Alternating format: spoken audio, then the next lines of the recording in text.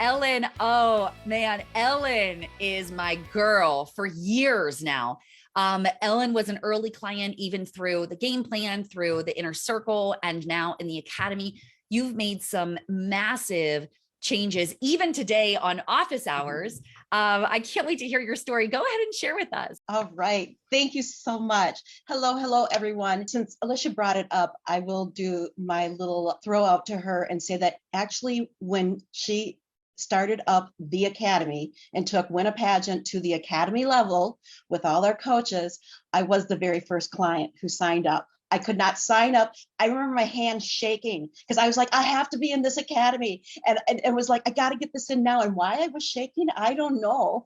I guess I was just so overexcited about it. So I'm trying to type in my information and hit send and put my credit card in. And oh my goodness. So anyway, so here I am. And it has been an amazing journey. And I'm going to share with you first a little bit of my background because I'm one of the older gals in the Pageant Academy. And I think sometimes, we have a little bit different perspective and we're in a different point in our life. So I thought I would share a bit about that. I know it's going to sound crazy, but I have actually been around pageantry for over 40 years. And I almost hate to say that because then you can do the math and figure things out, but that's okay. It's all good. And I embrace it all. But 15 years ago, and when I got to go back, when I say for over 40 years, I'm talking about all aspects. I first came to pageantry working more behind the scenes and being part of the production of it, directing. I did plenty of choreography over the years for your Miss America production numbers and that for our local pageants and what have you. So I then, as a missus, decided to compete.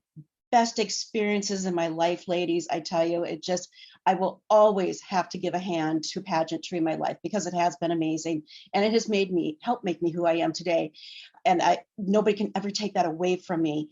The other thing is that I have a very diverse background. One thing that Alycia pointed out and discovered about me and shared with me, and I finally was like, that's it. I'm a very curious learner. And I have questions about everything and I'll start reading. I want to know how McDonald's pushes through so many burgers in the time frame that they do. So what do? I go down to our local McDonald's that's owned by a local family.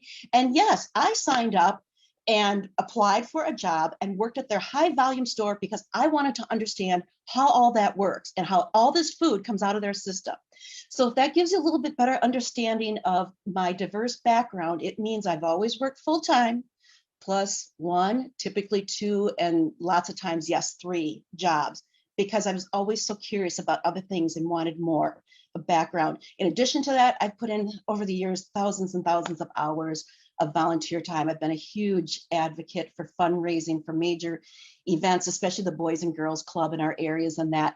So when I came to the academy, I am sitting, well, actually when I came first with the jump starts, and before that it was the inner circle and that, how I found Alycia was I was doing some driving once a week to a local community. And I thought, okay, I'm going to spend this time listening to YouTube. And I was specifically looking for a specific topic. And that's when I came across Alycia. And I'm like, oh, well, let's listen to this little podcast here. Who's this little spunky one? And I was first of all, I had to laugh because I'm like, oh, she kind of reminds me of me. This is kind of crazy. This is the little sister I never had. And I loved listening to her because I could tell as she spoke and interviewed her people and shared her stories, she was very faith driven. And that's something that at times I've struggled with because it hasn't always seemed to be popular if you have strong faith. And so sometimes I felt at odds with that. And here was this coach talking pageantry, and she was openly talking about her faith. And I thought, this is answering my prayers. So I immediately started going through all her podcasts. As soon as she opened up the next circle, I was in it, the inner circle, did all of that. And what I brought to the table and the problems I brought for her were, because of everything that I've done for so long, I have this big jewel box. And in my box are all these beautiful jewels of many colors, many sizes, many shapes, many facets of all these fun things I've done in my life. And now I hand it over to her and say, well, here are all my little gems. Now what do I do with them? How do I make this into a tangible legacy project?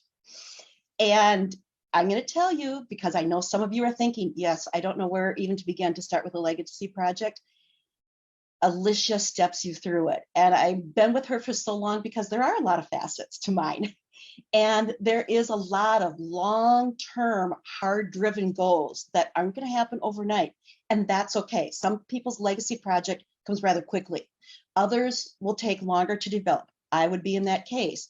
And it's okay. I just don't lose the faith. And the beauty of being part of the Academy is that every week on Thursday, we have our open office hours. And so I can be off and away and feel distracted, but no, on Thursdays, I'm back with my family and my people who are mentoring me to keep me going with my goals with my legacy project. I haven't competed in 15 years. I basically walked away from competing. Perimenopause was not friendly to me. Alycia demands that we are honest about things and speak the truth. And I will speak the truth that that was a huge factor for me stepping away. Anybody has questions, I can explain sometime what my body and my largest organ, the skin, decided to do to me. And it was tough. I never thought I'd wear a swimsuit again because I thought I was going to be so covered in scars and that. So that's just, the background of it. And when you're around pageantry, so much can be about your appearance initially up front. So that can be emotionally kind of a tough one. But anyway, so back to, I haven't competed in 15 years. I was done with it. I also, and I think this is the most important part that I want you to get from this part of the story, is that I was bored with it. Platform, schmatform. I mean, blah, blah, blah. And please don't take this the wrong way. It's just that I've been around and judged enough, and everybody has our heart story, but it's kind of at times we'll call it like disease of the week, and things cycle through in our life, and I get it. But it's not really making me a better person talking about my platform. I just didn't feel like I was getting anywhere and making any tangible, solid efforts to correct things or change things. And that's the beauty. And when I really knew that Alycia in this academy was right for me was when she talked about legacy project and what is going to be your legacy project. And that's when I was like, yes, I am ready to compete again, because now I can drive towards a real goal that I'm excited about. And so for me, we put in a lot of work, and I've got a lot of work ahead of me, but this is something that is going to be beyond me. This is not going to stop if I quit competing in 2 years. This is something that will be with me for the rest of my life as my legacy. And this has to do with promoting local small businesses and putting in the work and having her, as well as the rest of the team, lead us through this. I couldn't have done this on my own. And now to have it all sit in front of me and know that, bam, I've got a real project and really something important to work towards that literally is going to leave a lasting effect on the communities I live in. And even when I am long gone, those effects are still going to carry on. And that's what the difference is between a platform and a legacy. A legacy is that we are leaving something behind that others can carry on, but I will definitely have left my mark. And it's been wonderful. I work with my legacy on a daily basis, and it is what makes me want to get up in the morning and do what I want to do. And being a part of the academy has helped me get there. And back when I talked about the perimenopause, that reminder in the academy, when they talk about everything, self-care, that just hit me like a bucket of cold water in my face. When one day we were talking about self-care, and I'm like, oh, yes, I am just so busy doing all my volunteer work, I'm not taking care of myself. So readjusting with that. And to find out that with part of my legacy project, I can finally publish my cookbook. I didn't think that was possible. I thought that was going to be a 2-year process. And now to find out, bam, I can do this in 3 to 6 months is just amazing. And again, I would not have known that if it had not been for the academy. So I will stand by my words when I say that the best money I have ever spent has been with Alycia and the team and the Win the Pageant Academy. Everything I'm learning is about life. And so it's not just about the pageants that I'm going to pursue. it's everything and else in life as well. These are life skills. These are life lessons. What we learn here should be taught in school. It should be a special course in school. Unfortunately, until I get my way, it's not going to be that way, but that could be the next thing on my legacy project. So ladies, what I'm sharing with you is that, I've had a long life around it. I got bored with it. And when I realized that I truly could make a difference with a huge impact, not just a little smidgen of $100 here, $100 there, or 1,000 here and there, huge impact with thousands of dollars, that's when you're like, okay, now I'm putting my time in for a really, really valid reason. So thank you, Alycia, for everything. You and all the instructors have just been amazing. And it's the best money I ever spent. And knowing that every week you're there to answer questions is amazing. I've never had a teacher so accessible. Oh. Wow, I love hearing that. And while you were saying this, you just said, about office hours, and you shared, and I know that you've been with me a long time. And as you've grown, as aspects of your legacy project, new branches are coming out of it, because that's as it should be. Your legacy will always remain, but you'll always have new things, that you will continue doing.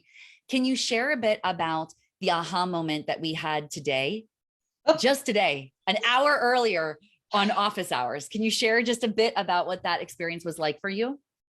Yes, well, it was absolutely invigorating, of course, because it meant that I found another branch and even more ways to tie my legacy project together, and that I have a great goal now. A new goal in my legacy is I want to just be promoting and endorsing our local businesses and keeping them alive with 50 people and more who care. But then when I started talking about my cookbook and how this is going to be a reality, and talking about my love for Fab Labs, now I realize I can be making an impact at the school level with our students and careers that they pick to help keep our communities thriving. So it just all keeps going hand in hand. And I mean, it was when we talked about my 3 pillars, I just was giddy. It's just amazing. So yes, here we are working on this for so long, and I'm still having those aha moments and still getting those nuggets. And I just love those nuggets. So yes, today was amazing. And who thought, here I'm supposed to be giving a little spiel about what I'm working on. And here still today, we're still working to improve and regroup. And that's another thing that I learned too in the academy, was that some people have come in and said, well, I used to have this as a legacy project, but now I need to fine tune it. And that's the beauty, is that you keep growing and changing with your legacy project.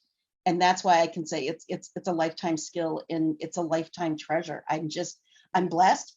I know that I am doing what God wants me to do. I'm really listening to the Holy Spirit. And my mother was always talking about the Holy Spirit. And the first time I heard Alycia bring up the term Holy Spirit, I just about fell out of my chair, because I thought, I haven't talked about the Holy Spirit really to anyone since my mother has passed away. And now I have this amazing leader who openly talks about it. And that's when I knew I was home. This was the right place for me to be. Thank you. Oh, that God always brings his girls together. Yep. He wants us to, because that's, like someone said earlier, like, we're not meant to do this alone. We're designed to do life together as a unit. And so I'm glad God brought us together. Yeah. I am too. Thank you. Thank you, Ellen, Claire. I appreciate you being on today.